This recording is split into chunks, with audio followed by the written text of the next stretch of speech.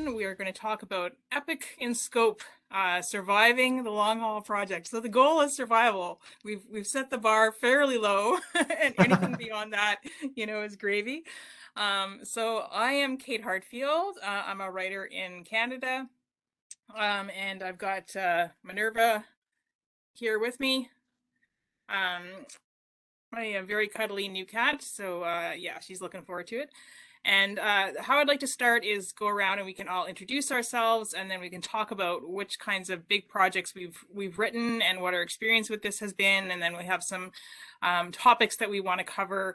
And I think we're very happy to take questions. So at around half past the hour, I'll look and see what questions we have in the chat or the Q&A, and pass those along to everybody. So please do feel free to put your questions in the chat whenever, but we'll take a particular period for questions near the end, and I'll make sure to leave some time at the end for everyone to just let people know what they're up to next and where you can find them. So Tobias, do you want to start off and tell us a little bit about you and your work? Sure, thank you. My name is Tobias Pakel. I'm a Caribbean-born science fiction fantasy author. Grew up in Grenada, the small island at the very tippy southern tip of the Caribbean, and spent time in the U.S. and British Virgin Islands, and now I live in Ohio. I've published 11 novels, 120 or so short stories, been translated into 19 languages, and I've been lucky enough to be nominated for some of the nice awards in the field, and was really lucky and won a World Fantasy Award once. So, got to call my mom and be like, look, I've won something for the first time in my life. So that's a little bit about me. And I live now in Northwest Ohio, where I teach a little bit of creative writing after 17 years of freelancing and being alone in my basement. Excellent. Stephen? I'm Stephen Grenade, he, they. I am a physicist and writer. A lot of indie text-based games, choice-based games that you play on the web. Although I do have a game coming out from Choice of Games later this year, Professor of Pattern Magic, which was, in fact, inspired me to suggest this as a panel, because when I suggested it, I'll be like, and I can come and say how I finished it, and it grew an extra chapter in the meantime. So I also, on the other end of things, have some short stories out, Baffling Magazine, Sub-Q, a couple of places. So sort of big, extreme swings there. Excellent. Yeah, so the way I'd like to run this too, since we have only three of us, I think that we can jump in and just have a conversation. I will call on people, if there's an awkward pause, but feel free to just jump in and respond back and forth as well. I think with so few of us. So when it comes to big projects, I was thinking back, and I did a master's research project in journalism school 20 years ago, which was my first really kind of. I was also starting to write and finish novels around that time as well, and they all ended up in the trunk. And then eventually I was able to publish a couple of novels, a couple of novellas. Like Stephen, I am a Choice of Games writer, so I have written a couple of Choice of Games projects, and they tend to be quite big. There's quite a lot of text in them because on any given playthrough, you're only playing a small amount of what's been written, and so they're quite big projects, or they can be. And my latest book is a historical fantasy that looks like this. And I rewrote it about 6 or 7 times. So it's called The Embroidered Book, and it's out in the UK now, and it's coming out in the US and Canada next month. So that's been my long haul project in the last few years. What about the two of you? You've mentioned some of your work. What are some of the most long haul projects that you've had so far? Stephen, since you suggested it, I think. Yeah, no, that's fair. And it was funny that in thinking about it, the first big one was probably the doctoral thesis.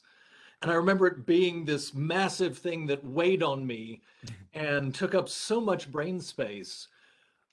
But looking back on it now, like then, I just went and I wrote. Like I went into a library carrel and turned off the internet from like 8 to 12 and then ate my little sandwich and looked at the internet and then wrote until 3 and then was done. So it was like a very intense 4 months, but 4 months. And I just remember thinking like that was endless. That would be tremendously long.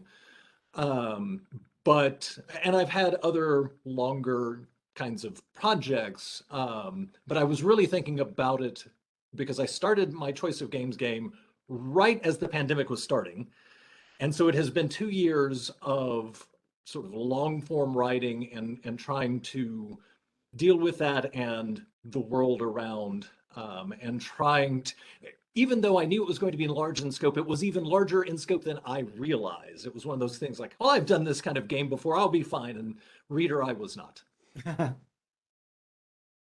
I have to imagine that just the very almost fractal nature of doing something like that, sort of it's not like I'm adding another chapter, but you add another layer and it's not twice as much work, but it's that exponential curve, right? You're running into mathematics, right? It's that, or you have to prune constantly a lot of ends in order to keep that complexity managed very well. Yeah, That has to be very a much so. nightmare. I like it, but perhaps this is too much of something that I have liked in the past. What about you? Currently, like my big epic, ridiculous project is I'm writing a big fat fantasy, and I have been for 4 or 5 years. So not continuously hours a day for 4 or 5 years, but I took a first swing at it 4 or 5 years ago, and it's 130,000 word 140,000 word project. My novels usually tend to be more like 80,000 worders. So, it was like kind of like, oh, this is twice as big as normal. And it doesn't quite work yet. My agent kind of suggested I take a closer look at it structurally. And at first that kind of hurt me in the feels because I'm kind of known for being pretty good at structure. It's something I'm a structure junkie. I spent a lot of time working on the structure of the novel. I wrote 22,000 word outline before I set out to write the book. So I felt like, gosh, I spent like a lot of time, 22,000 words on the outline and before I ever dug in. But after leaving it sit for a very long time and coming back to it after, a year or two off and with my agent's notes, and with the growth I've had over 2 years of teaching writing, which forces me to think a lot about some, like what, common mistakes I see with this, individuals I'm mentoring, started to kind of give me some new ideas on what it is that pulls people through on a scene by scene level. And that's led me to looking at the project and realizing actually I need to completely rip it apart and recombine it in a completely brand new structure. That required a lot of work and a surprising amount of Microsoft Excel to figure out what I had and what it needed to be and where the gaps were by kind of putting these two things side by side. And I even ended up switching entirely from Scrivener, which I'd used since it used to be called Scrivener Gold Beta, when it was first envisioned. I switched from Scrivener after years and years and years of using it to a piece of software called Ulysses, because it allowed me to use metadata to tag the chapters with, which allowed me to sort and manage the structure of it a little bit easier. Again, for finding those gaps and figuring out what I needed to write and how it needed to work. So that has been like a 5-year project that's still ongoing. I need to write 20 or 30,000 words still. But we're getting there. And one day I will feel like, not scared to talk to my agent about this project. I'm not scared. But I mean, just, it's one of those things that it just keeps going. Yeah. Yeah, I know what you mean. I've become a devotee of spreadsheets as well. Yeah, because it does give you a way of just seeing at a glance the structure of what you're looking at, and yeah, spreadsheets and especially for choice of games, mind maps and huge big sheets of paper, like whatever you need to get that planning done. And you brought up a really interesting point too, which is that often when we have a long project like this, we're doing other stuff in between, maybe creative stuff, and then also just because, we all need to make a living. So, often we're doing other projects in between things. And, so what are some of your strategies for getting your head back in the game of something that you've been working on for 5 years? One of mine is playlists. I always have a playlist for every novel. So that helps me to just sort of key back into that aesthetic mood that I had. Sometimes I'll change my playlist if I want a different mood for this draft or whatever it is. What are some of your techniques? Maybe Stephen? This has been my companion for the current project. It is a little notebook that I started, and it started out as like, this is where I'm jotting ideas and I could carry it with me and just sort of keep it going on. And then I ended up every day I would just write a sentence or two. This is completely illegible, but pretend you can read this. So there's like a sentence or two for every day, just sort of taking my temperature of how did it go? What do I want to have happen next time? Less as, I've got to measure things and I'm going to crack the whip and drive myself forward, but more as a way of touching base with myself and saying, how was that?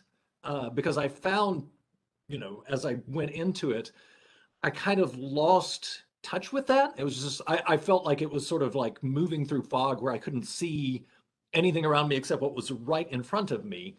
And it was hard to refocus and recenter. And I found that just leaving a couple of minutes at the end of any writing session to sort of check in with myself really helped me stay grounded and focused on it, I guess, and not feel so much like I was completely lost. Because I could also go back and go like, oh yeah, I was, was not feeling so great last month, but I can see how it's doing better this month, and I've made these changes, and that has helped.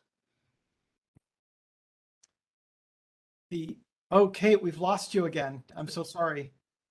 Oh, no problem. It was actually just There we go. muted. It was Okay, great. which is better than a tech problem. It was just user error. So, yeah, I was just saying that's really interesting, that sort of meta process of understanding the work and also understanding yourself and getting to know yourself better as you're doing that. I love that. So, in the past, I would say like there's nothing more clarifying than a deadline, where, someone's going to offer me money that allows my family to eat in order for me to kind of, force myself to wrap the project up one way or another. I often tell people about this story about my second novel. When I wrote my first novel, there were no expectations of me. There was, I worked in this little bubble of just me being excited about the story and a chance to try to tell the story and show it to an agent or an editor. And it was a tremendously free and exciting time for me. When the second novel came about, it was a terrifying and hellish experience for me because my first novel had come out. People had said nice things. People expected big things, reviewers like, I don't know where he's going to go next, but like, we're keeping an eye on him, and you get in your own head. And I wrote, the first 20 or 30,000 words of my second novel like 4 or 5 times and threw it all out each time and started over because I was like, it's not good enough. It's not good enough. It's not good enough. And it wasn't until I hit a point where I just said like, well, 2 things happened. One, I kept missing deadlines, which was great, establishing my professionalism there. And 2, I lost my day job and I didn't know what was going to happen next. I kind of figured I was going to be working at McDonald's at this point. And so I sort of realized I had kind of like 5 months left on the clock of my cushy office job. And, coming home not tired because I was just like, all my family come from blue collar backgrounds. And so I thought, I'm never getting back in a white collar position again. I'm going to be working in a factory in a year. So this is it. This is my last chance to just write a second novel. And then I'm not going to be a writer anymore. No one will remember me. And that just took this pressure off because I was like, all I have to do is just do something. And I just have to turn in like an 80 or 90,000 word object. And then it's someone else's problem, not mine, And I turned in a draft that was a mess, and my editor and my agent like gave me 13, 14, 15 pages of notes of what was wrong. And I got it back and I was like, oh, well, I mean, it's a lot of work, but these are all definitive things I need to fix and I can just work through this list and the novel will be better. So I kind of now try to get myself into that headspace of not, paying attention to the externalities. And some of the tools I use are similar to what Stephen just mentioned. I don't keep a diary in a little book anymore because I'm ADHD and a complete airhead. I lose paper. I just lose paper. And so what I do is I just leave myself little notes at the end of the day's writing to capture kind of what I thought was happening, so that there's a little bit of a shove the next day to kind of help me out. I used to do a ton of outlining, like I said, 22,000 words, but the last 2 or 3 novels and a lot of my short fictions of late, I have been more of a by my headlights kind of writer. And I've been trying to focus on some of the just classic basics of storytelling and trust myself to be intelligent enough to use those techniques to tell an interesting story, as long as I know kind of the general thrust of things. And so I've just tried to take a lot of pressure off myself. Outlines can sometimes take a lot of the pressure off because then I know where everything's going and I can focus just on the craft and the chapter. But these notes to myself just kind of help me out, because I'll just say like, this is the way the character thinks. This is how they get out of problems. These are the problems they have to solve. And here are the 5 candy bar moments that I want to have in the novel ahead, and then just fill in the gaps and have fun with it.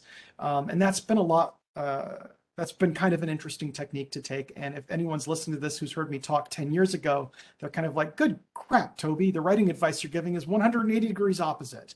I remember you talking about the 22,000 word outlines. So yeah, surprise, you change as a writer, and sometimes what works doesn't work, and each novel is like its own unique project, right? It's like each one is its own season almost. Yeah, very true. Yeah, that every novel you think, and that's one of the things I love about this job is, that every novel is different, and it's never boring because you could never think, okay, well now I know how to do that, so I'll just keep churning them out. Or at least that's not how it works for me. Is I think I know how to do it, and then the next one completely takes me by surprise. Um, and Stephen, when I'm thinking about your choice of games game, because my games both topped out at about 185,000 words, which is also as long as my longest novel. So that's kind of the max that I've written. Do you want to say how many words you've got in yours? I am approaching 400,000 words in it over the And so last 2 where did years. you find that the complexity and the bigness of the project were sort of the milestones that made them bigger? Is it a certain number of words, or is it a number of plot lines? What is it that makes it really big? In my case, it was the hubris of my scope. So I really enjoy a lot of story heavy games for folks who've played like the BioWare games, your Mass Effects and things like that, your computer RPGs. I really enjoy the feeling of like building up a camaraderie among people that you have chosen to spend time with, and then you get to go on adventures with. I was like, I'm going to do that.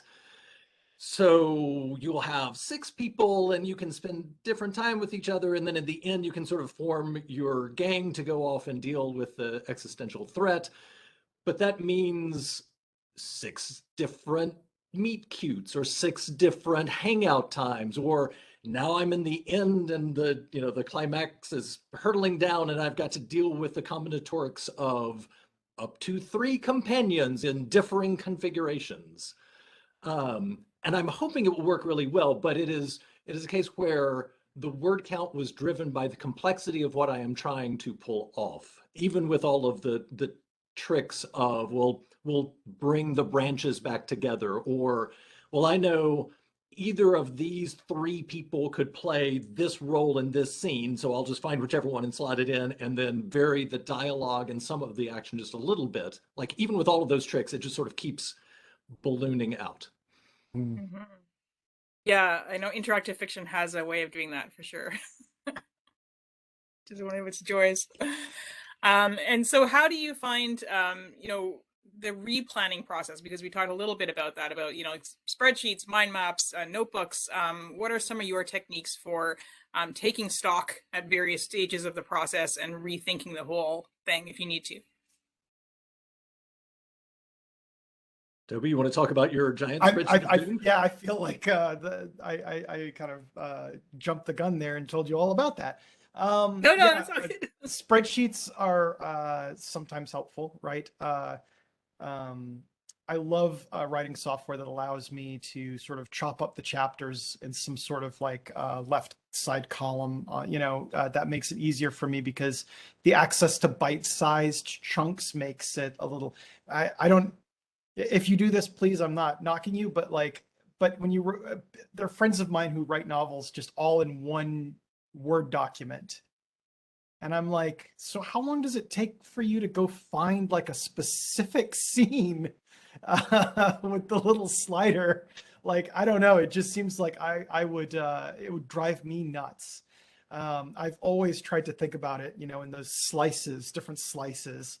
And so it's been really helpful sometimes, to bring stuff over and out, even after I've written something, sometimes I bring stuff out into another program to kind of look at that top level overview. When I wrote my first novel, um, I I did not have a big, huge outline, but as I went, I outlined it because I needed to know what I'd written so that, what were we talking about just recently? Like, how do you keep track of the complexities of a project as you're doing other work and coming back to it? And when I wrote my first novel, I had a day job. I was trying to get my life established. I was working really hard. I had short stories I was trying to write as well as the novels. And I was juggling quite a bit. Although now that I'm a parent with a whole other career, I look back on myself at 23 going like, yeah, you juggled a lot. Was that hard? Was that hard? Um, and but in order to keep all this stuff in my brain, because I am ADHD, and so this is not my strong suit, right? Like some people are like, oh yeah, I just pull up the novel and I know where I am and all the details are still in my head. I'm just like, screw you.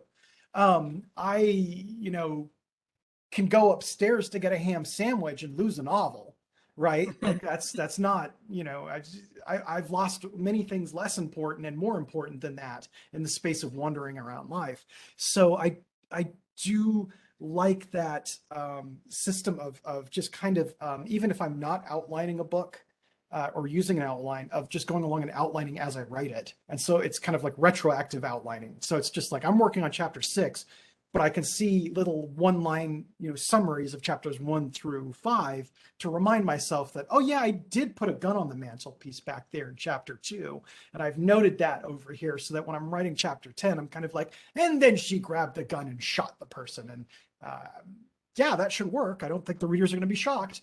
I've established this in chapter 2.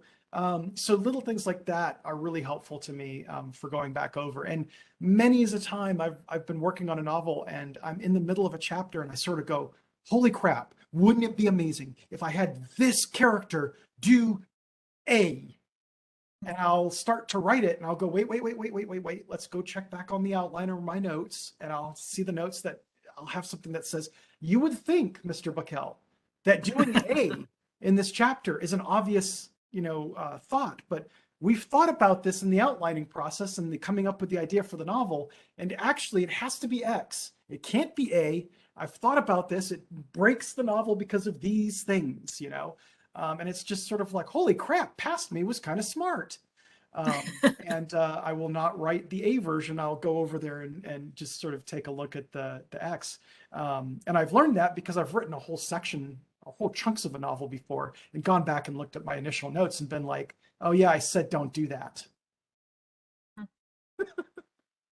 So Yeah. all of those are kind of tips and tricks, Omni Outliner is another really great little tool if you are on a Mac that I use to kind of keep like a simple outline of what I'm up to sometimes too. Because Excel is, for some of you, I can hear some writers in the audience. You don't know it, but I can hear you all the way from Ohio saying, oh, hell no, I'm not opening up Microsoft Excel. I am a writer. I'm a creative artist. I became a creative artist so I wouldn't have to do things like open up Microsoft Excel. See, y'all are warming my hearts because I also, a couple of years ago, had like a novel length project that was not working and ended up in desperation going into Excel and going, okay, this scene, these characters, what's happening, what has changed, what is the same, and went through all of that. And then it was like, oh, look at this whole section in the beginning that just sort of faffs about and does nothing. Yeah. I was like, I could not see it until I sort of popped up and forced myself to say, what have I actually done in a condensed way that I could look? Because I also cannot keep all of it in my brain or even most of it. There's another thing too, which is that you're talking about writing notes to yourself. And when I say to people like, outline, people flash back to eighth grade English and start to have this sort of like, trauma response where they're like, no, I'm not going to start with like, Roman numeral one, write, the adventure begins. And then underneath that, write, two, and then A, right, and start to like do that outline. An outline can be anything. It's just a controlling document that you refer to in order to help you hold the immensity of the project in your head. And so when I say I write a 22,000 word outline, that doesn't mean there's 22,000 words of me saying, here's the plot. Some of it is poems I've written to myself that capture the essence of a chapter, right? Some of them are like, the emotion for this chapter is green, right? I know what that means, right? It speaks to me. Some of it is drawings, right? When I was in Bermuda for this 3-week workshop I taught, they took me to the National Gallery, the museum there, and there was one of Bermuda's great literary writers, that they have there, had this huge white poster board like you get when you're in grade school and you got to do one of those science projects, like here's how cell division works.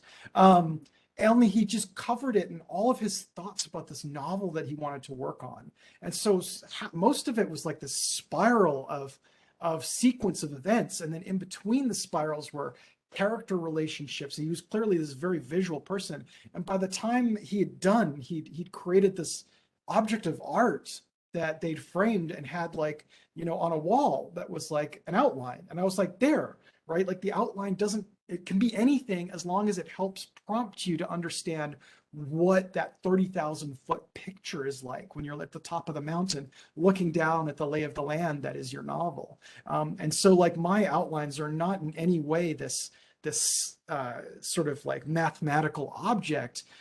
It is a love letter to the idea of the novel that I had when I started out that I refer to find the passion for what I'm writing again. Mhm.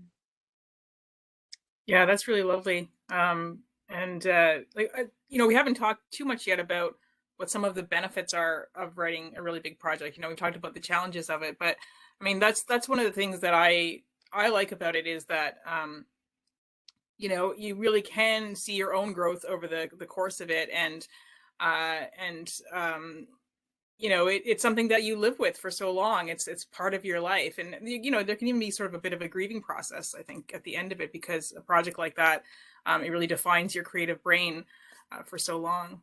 Stephen, did you have anything to add on any of that? Yeah, well, I was thinking a lot about, Toby, you talked about trusting yourself and knowing. Part of this exercise has been reaffirming some elements of how I go about writing things. Like I know I am someone, I tend to outline somewhat. So, and Choice of Games specifically says you're going to write us they do 10 chapters, write us one for each so that you can pitch us on it and we'll get you in. Um, and I'm like, I realized going back and looking at that outline now, I got to the chapter 10, I was like, big explosions, stuff happens, would it be cool? And like, I'm like, past me, you are a dingus. Why did you not leave me more? But instead, I sort of reached this. I'm now writing the climax. This whole 2-year process. I am now at the tippy point where everything is coming to bear. And about a week ago, I went, "Oh, that's what this game is about." And I know that's part of my process. Is I will get to the end and have discovered what I have been writing, and that knowing that is both really frightening because there's that whole time where I'm like, well, I'm just going to keep moving forward and surely I will get to where I need to be. And then I did, and I was like, oh, cool. Oh gosh, there's a lot of work now. I've got to go back to reinforce the where I ended up. But it was really satisfying, and it's just been such a long process that it's been very. I've had this on other projects. I've never had it on anything this long, so it's like even more intense. And that's been a really nice. I was just like, ah.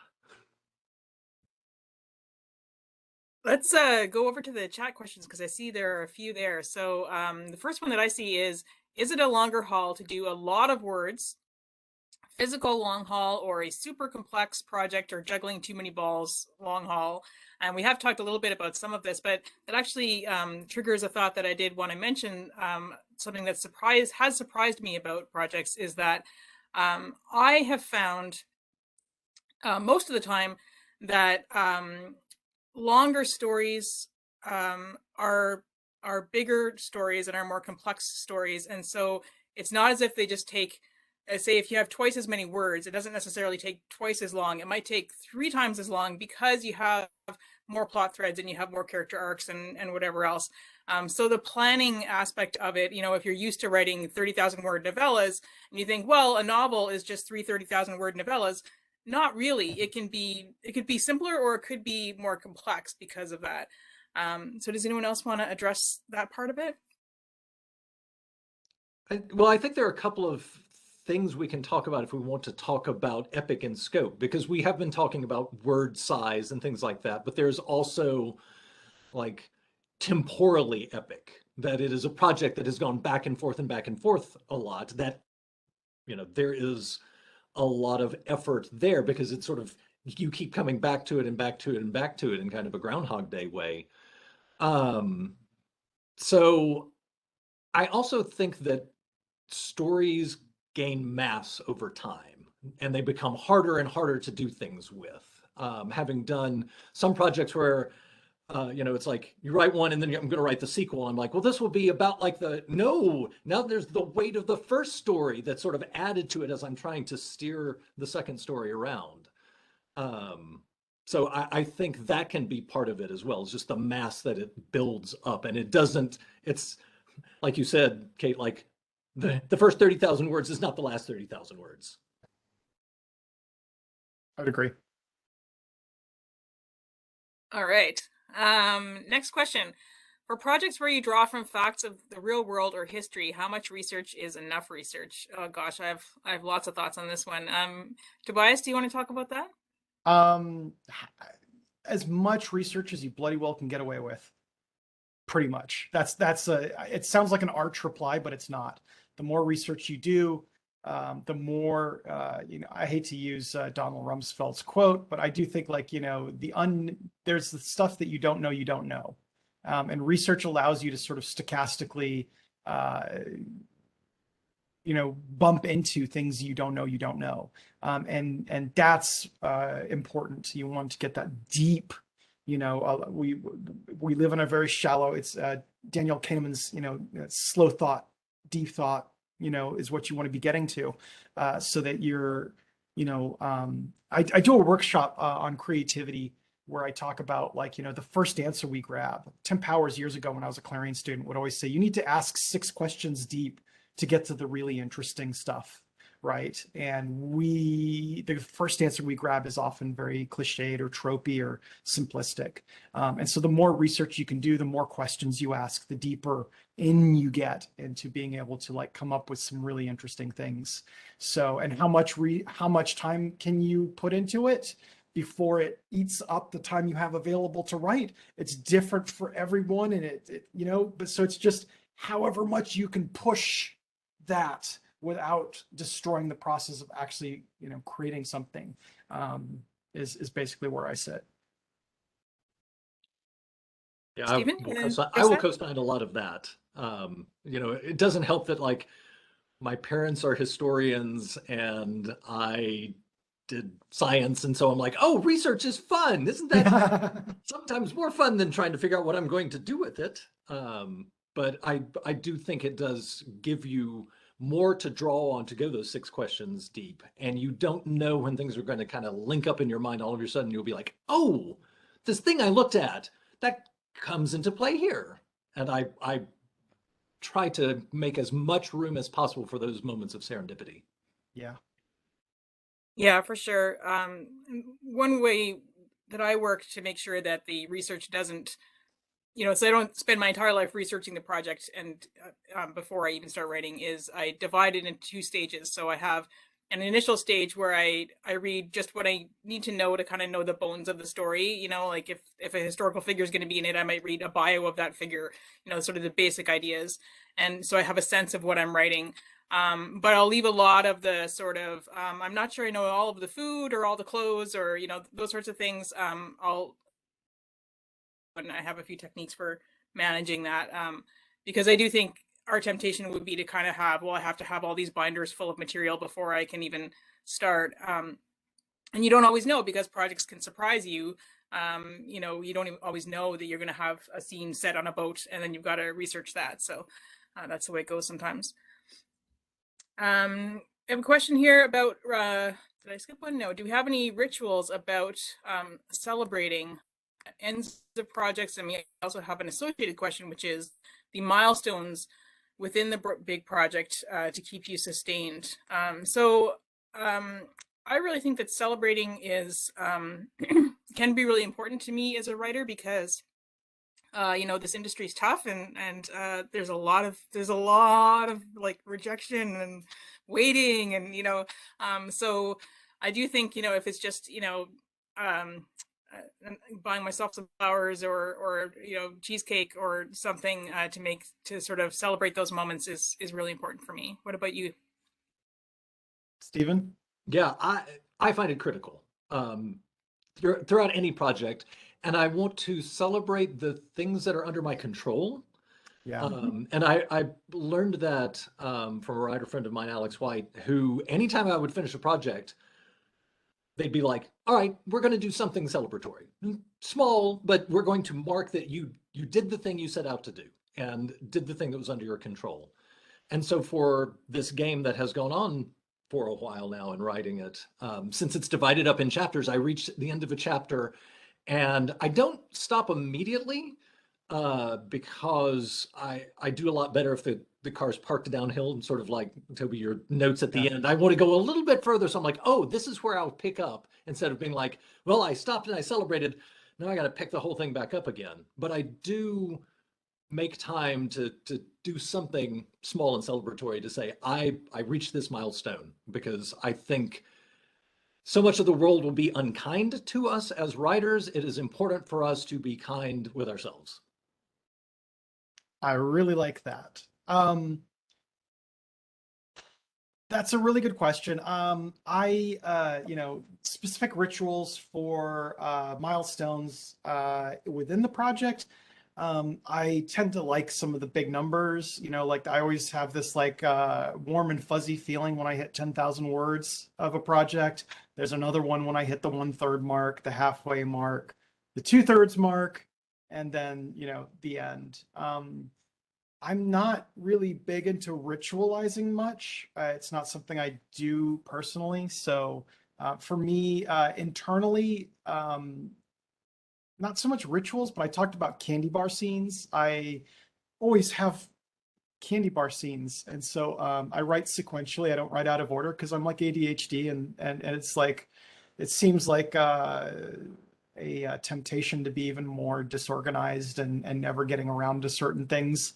And I'm just terrified. I'm 43 years old and I'm terrified of trying to write a novel out of sequence, because I just have this lurking suspicion that it won't work.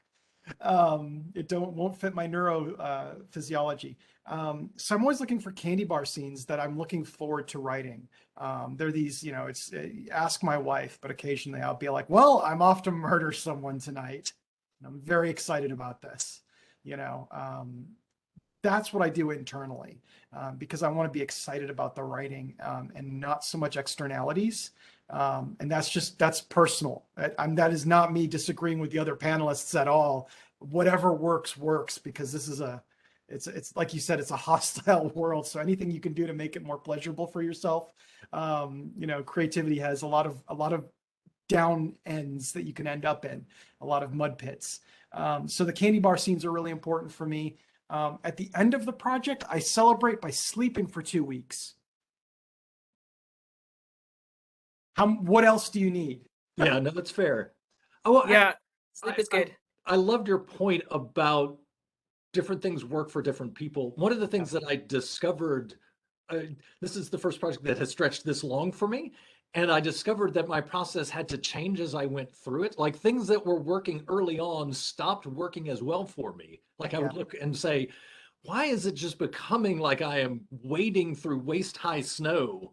And I'm like, oh, let me try changing this. I'm very much let me play with the process and see what happens. Yeah. And I discovered, oh, I need to shake things up in this way. And now I can start moving forward again. Everything is conditional. You figure out Yeah. what works for you on the project. Mm-hmm. It's not Yeah. it's not for no reason that many authors have said you never learn to write novels, you just learn to write this novel.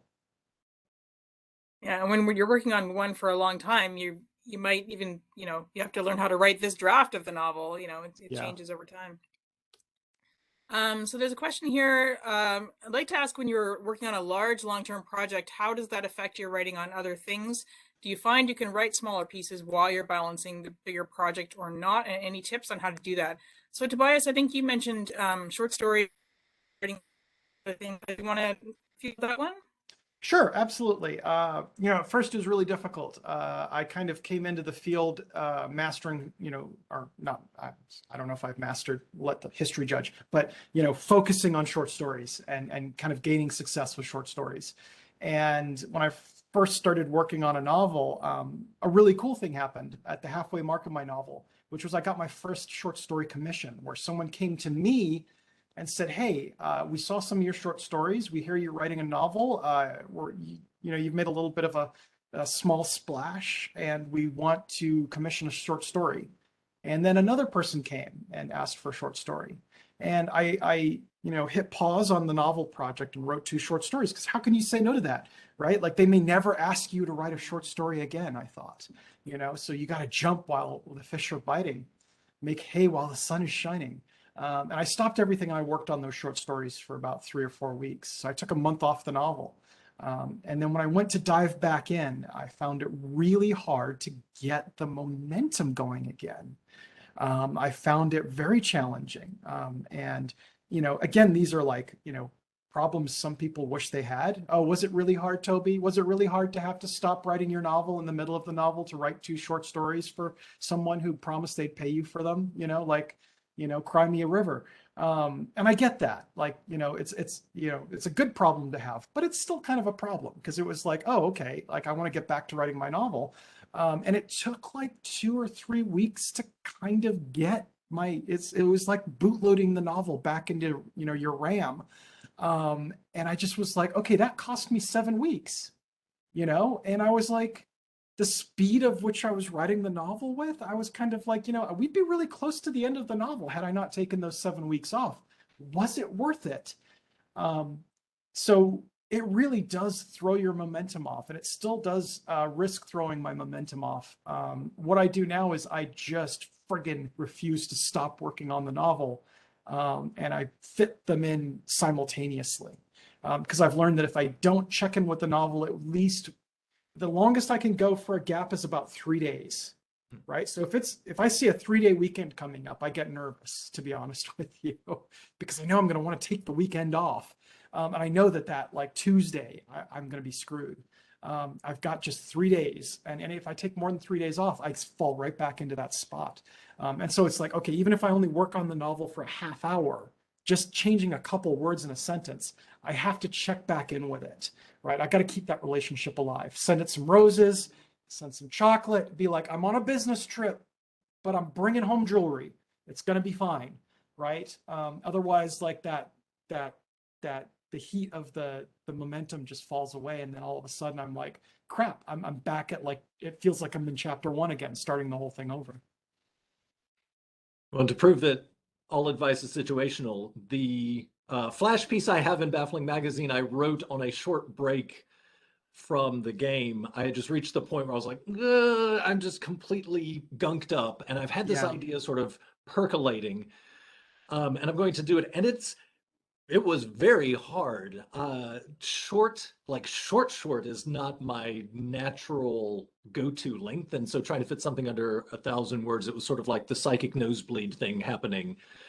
But then, and I definitely had to sort of do prep work before I stopped to say, okay, I have the on-ramp back on, that it's not just like one day I quit and now I've got to come back, and past me left no signpost for me to follow.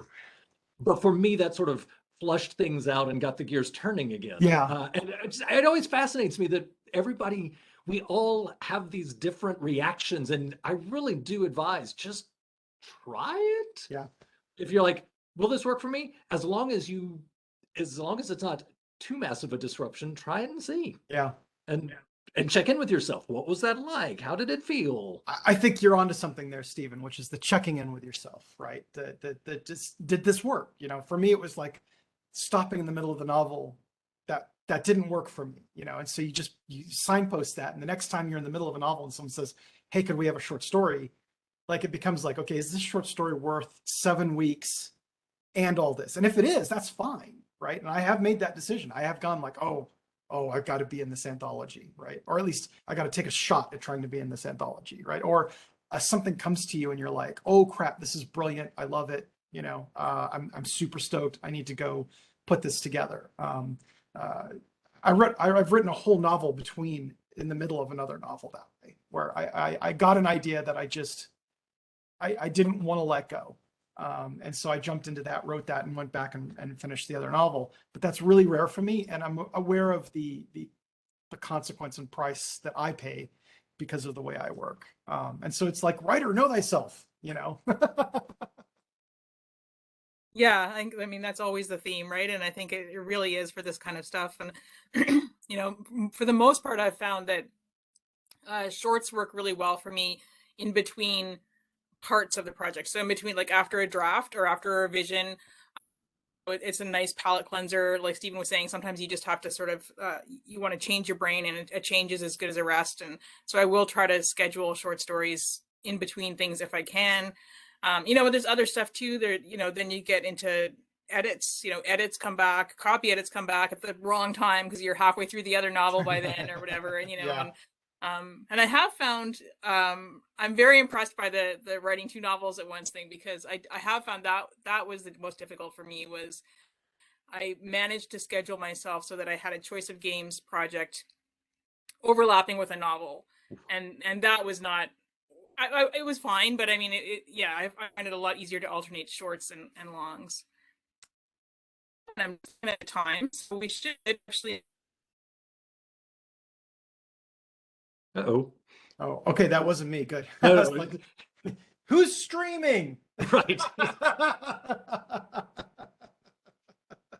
We lost our moderator for a moment. Hopefully just a short internet yeah, stumble. well, Right I here at mean, the end. I think she was saying that we're very close to the end here. Yeah, If we've I got remember like what the last moderator said, there'll be questions and answers and follow-up conversation in the Discord somewhere, right? That's what comes next. You're back with us, Kate? Okay. Yes. Oh, okay. Where will we be and what your work is? Stephen, where will you be? What is your work? Sorry about that, guys. No worries. I will be in the Discord if anyone wants to chat. The easiest way to find me and my work is from my pinned tweet. My handle is Sargent, Sargent, which has links to the latest short story that's out, typically the last game that I've written. And my bio on there has a link to my website. So that's probably the fastest way to discover what's up with me. Awesome. I'm at tobiasbuckel.com, and I'm also on Twitter as at tobiasbuckel. And I'm not posting as frequently since I'm ridiculously overscheduled these days, but I float around on Twitter from time to time still. So that's where you can find me, and I encourage you to sign up for my newsletter, and you know, that way I can always bother you by email in case you're interested in my work. Excellent. And I'm on a panel with Stephen tomorrow on interactive fiction. I'm on a panel tomorrow morning on making magic systems, and I've got a reading on Sunday night, so I'll be around. I'll be in the Discord, and I'm Kate Hartfield on Twitter. Yeah, and I'll be in the Discord a little bit after this panel so that we can carry on any conversations there. So thanks very much, everybody. We're on time. We brought in the long haul project on time. Great, Well done, great, us. great. Look at us. I won't be on the Discord because it's 11 o'clock and I need to go to bed. Yes. Fair enough. Sleep is good. Thank you So, very much, everyone, and thank you very much to all of our attendees and for the questions. And yeah, it was a lovely panel, and thanks for the tech support in the background too. thank you, everybody. Thank you Thanks for all. attending. We appreciate it. Bye. Bye. Thank you. That was a fun panel. I really appreciated it. I enjoyed that tremendously. Thanks, y'all.